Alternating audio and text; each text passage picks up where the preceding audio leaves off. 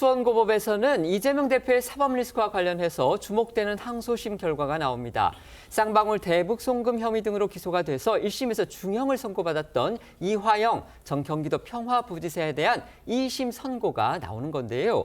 이재명 대표가 같은 혐의 사건의 공범으로 기소가 돼서 지금 재판에 회부돼 있기 때문에 오늘 선고에서 또다시 불법 송금을 인정할지, 그렇게 되면 이 대표의 재판에는 또 어떤 영향을 미칠지 정치권의 시선이 쏠리고 있습니다. 네, 이 뇌물수수와 쌍방울 불법 대북 송금 사건 등으로 1심에서 징역 9년 6개월에 중형을 선고받은 이화영 전 경기도 평화부지사에 대한 2심 판결이 잠시 뒤 2시에 시작이 됩니다.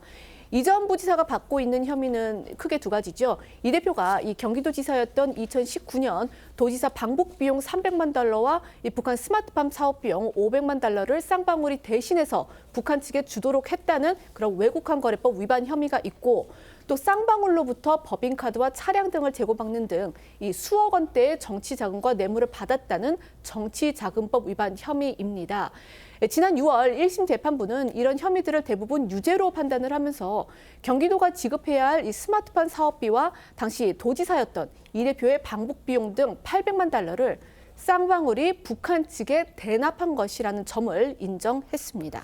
오늘 선고 결과가 이재명 대표의 재판에도 영향을 미칠 수밖에 없는 이유는요. 두 재판이 사실관계 그리고 증거 등을 공유하고 있기 때문입니다. 네, 우선 오늘 항소심 재판부는 이 전 부지사 측이 사실 오인 등을 이유로, 그러니까 이번 사건이 회사의 대북 사업을 위한 활동이었다고 주장하면서 항소를 함에 따라 이 대북 송금 목적이 무엇이었는지를 판단할 걸로 전망됩니다.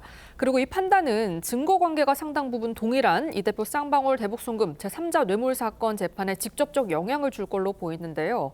사실심 마지막 단계인 2심에서 이 쌍방울 대북 송금의 사실관계가 확정되는 것이니만큼 오늘 법원이 이 부분을 유죄로 인정할 경우 이 대표 재판에서 이 대북 송금 행위 및 목적에 대한 추가 심리를 하지 않고 이 쟁점에 관한 한 이 대표에게도 불리한 판단을 내릴 가능성이 있기 때문입니다.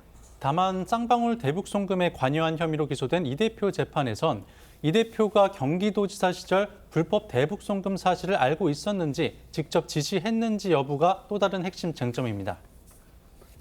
앞서 이화영 전 부지사의 1심 재판부는요. 이 부분, 그러니까 이재명 대표에 대해서 보고가 이루어졌느냐, 이 부분에 대해서는 직접적인 판단을 하지 않았습니다. 네, 당시 1심 재판부는 경기도지사였던 이 대표에게 보고했는지 여부는 이전 부지사 사건과는 무관하다고 판단한 건데요. 하지만 재판부는 1심 판결문에 이재명 대표의 이름을 104번이나 적시했고요. 특히 당시 경기도의 행보가 주도적인 대북 정책을 과감히 추진할 것을 예고하는 것이었다. 실제 경기도지사가 피고인에게 그러한 역할을 기대했던 것으로 보인다는 등의 설명까지 덧붙였다는 점에서 사실상 1심 재판부가 이 대표도 대북 송금 관련 내용을 알았을 거라고 인정해 준 게 아니냐는 해석도 나왔습니다.